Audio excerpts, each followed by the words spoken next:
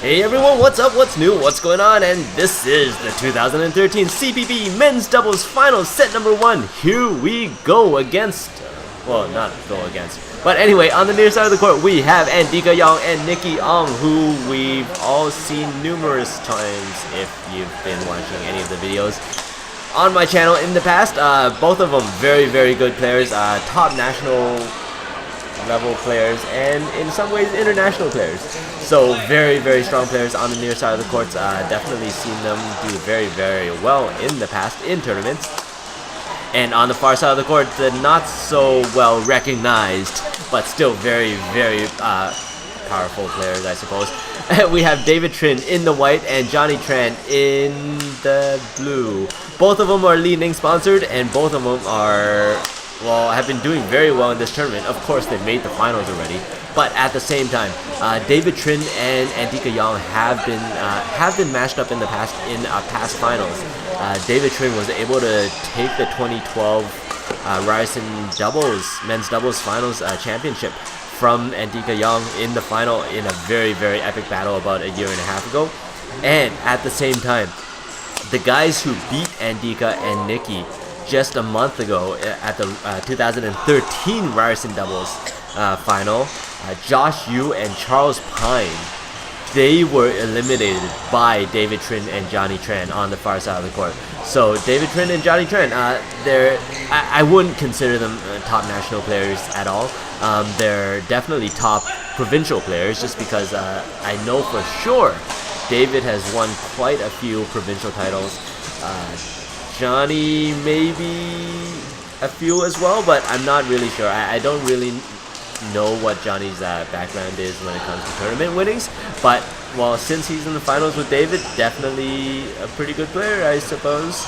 And that's gonna be, well, it's gonna be tough. I mean, on paper, just from what you've seen in their rankings and their tournament winnings, you definitely give, well, you definitely give the advantage to Andika and Nicky on the near side of the court.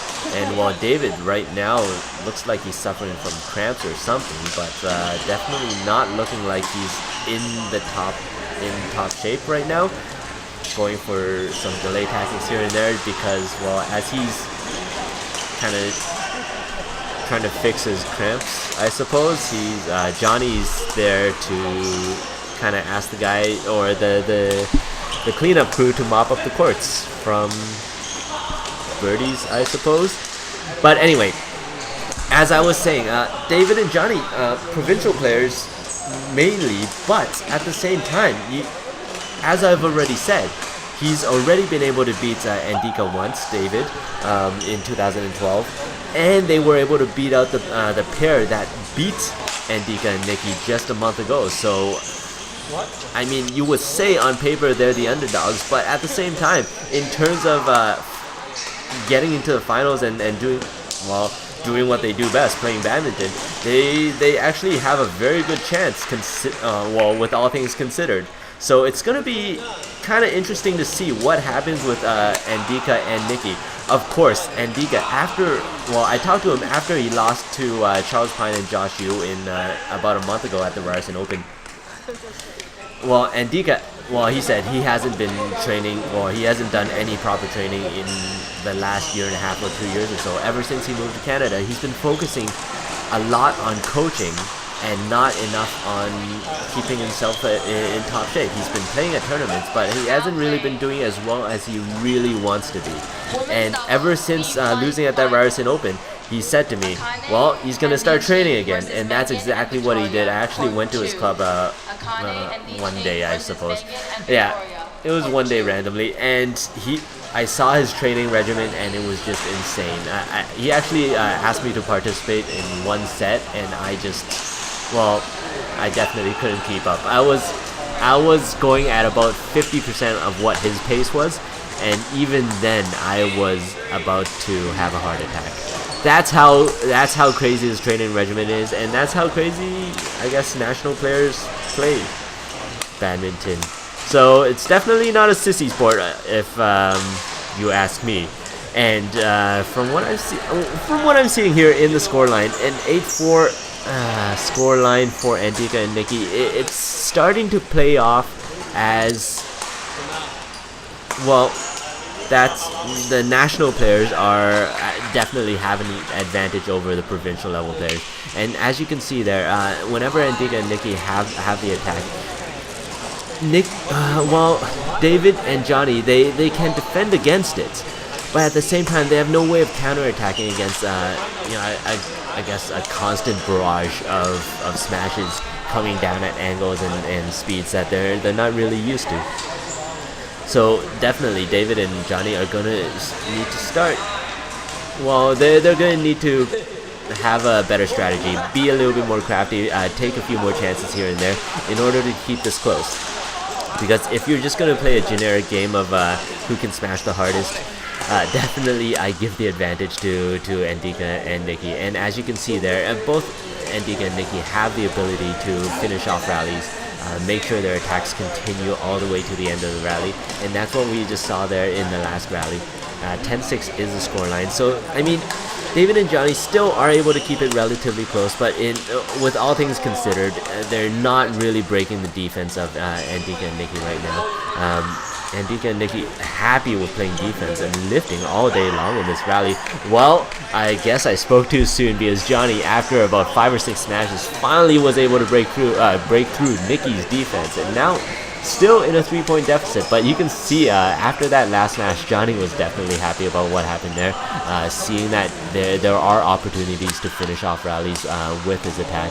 And well, nothing you can do there with Nicky, well, showing us exactly what an attack is really supposed to look like, cutting everything off from the front of the court and not giving any chance for Johnny to defend against that last shot. So as we skip past the mid-game interval, 11-7 is the scoreline, and we have Nicky serving to Johnny. So this game is playing almost Andika just kind of missing that sideline by just a whisker. So not very lucky for him right there. He's still finishing off the rally with a big smile on his face, knowing that, well, I mean, I spoke to him before the match, and he was definitely very confident going against David and Johnny. And that's partially because Andika has a lot of experience playing against David. They play at the same club, and Andika, I think, has an amazing win record at the club against David. And one of the things that you can see, that you might notice that is different between playing here at the Lee's Badminton Club versus playing at the Ryerson Open, just what happened a month ago, where Andika lost, is that the ceilings are much higher here and the courts are much better here.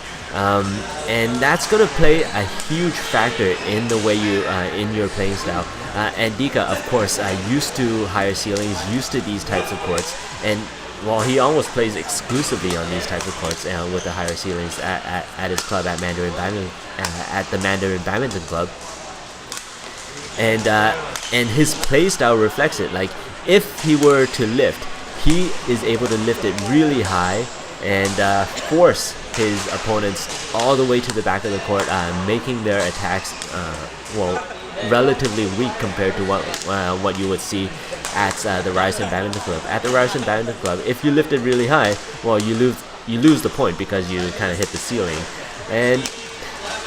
And well, the second part is if you're trying to play a very fast game with a lot of movements, you can't really do it at Ryerson just because the courts tend to be a bit more slippery.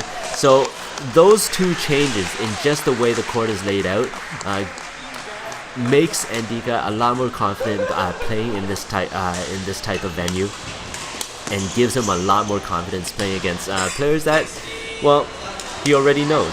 So there's a lot of advantages going to Andika and Nicky right now, just because of the venue. And that's kind of, not kind of, that's exactly what's being reflected in the scoreline right now. 16-11 is the scoreline. Now 17-11, so a 6-point lead going into the late stages of this first set. And you can see both Johnny and David they're still trying to motivate each other, let's just give them that. But they don't really have an answer to what's going on right now. They're still trying to scramble around playing defense, and you can see Nicky already reading the shot. well before David hit that last shot. Nicky just casually walking to the front of the net, going for the kill, and well, we have another shuttle on the court, so we're gonna have to replay this point. But whoa, what's going on here? Okay, so we're moving the camera to get people's stuff out of the way, and now we have a lineup of people behind the court. So I guess we're gonna take a bit of a break as we readjust everything, and this lady starts having a conversation in front of the camera. Well, no, now we have a group conversation in front of the camera. This is awesome. So we're gonna point at her, we're gonna point at you, and we're gonna continue this game. So 18-11 is the scoreline with Andika serving. But as I was saying, well, I totally forgot what I was saying anyway. But oh, what's going on here? Andika trying to go for the counter attack, but missing wide of the mark yet again. So a couple of times he's already missed. Well, went for the lines and went a little bit wide. So he definitely wants to get his bearings, I guess, corrected. Yeah, I guess that's the right term for it. Yeah, he definitely needs to kind of tighten up his game a little bit, make sure that he keeps all those shots in, and not give up too many careless points. But Nicky still looking extremely casual as this first set is eventually going to come to a close. Nicky, seeing that serve was a little bit high, just gently taps it to the corner, and nothing anybody could do about that. And Andika trying to be a little bit optimistic there, went for the clear, hoping for the drop shot, but Johnny just lifting it easily over Andika, and all Andika could do was just look behind him and see that shot drop in. So I don't know what. Oh, I guess that was called out. So 15-19 is now the score line. What was, I think, a 7-point deficit is narrowed down to just 4 points in this late stages of this first set. We'll see whether David and Johnny can find a way to take advantage of that. Right now, ooh, wow, okay, well, Andika trying to be a little bit crafty there, going for the sideline yet again, and once again missing. So I think that's 3 sideline shots that he went for, and all 3 times he's missed it. So that's definitely not what you want to do in this finals, mind you. They still got a pretty comfortable lead at 19-16 right now. So yes, a mistake, but definitely not a very costly one. I don't think Andika's looking very worried so far. So, well, I guess with just a few points left in this first set, David wants to get new bird set up for the next few points. But yeah, I guess there are quite a few delays going on, or delay tactics, whatever you want to call it. Maybe they just want a lot of new birds. But anyway, 19-16 is the scoreline. David serving.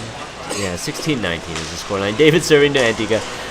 We'll see how this first set closes. Well, when you have Andika playing up at the front of the net, you really don't want to go for those types of net shots. Andika easily going for the net kill, and 2016 is the scoreline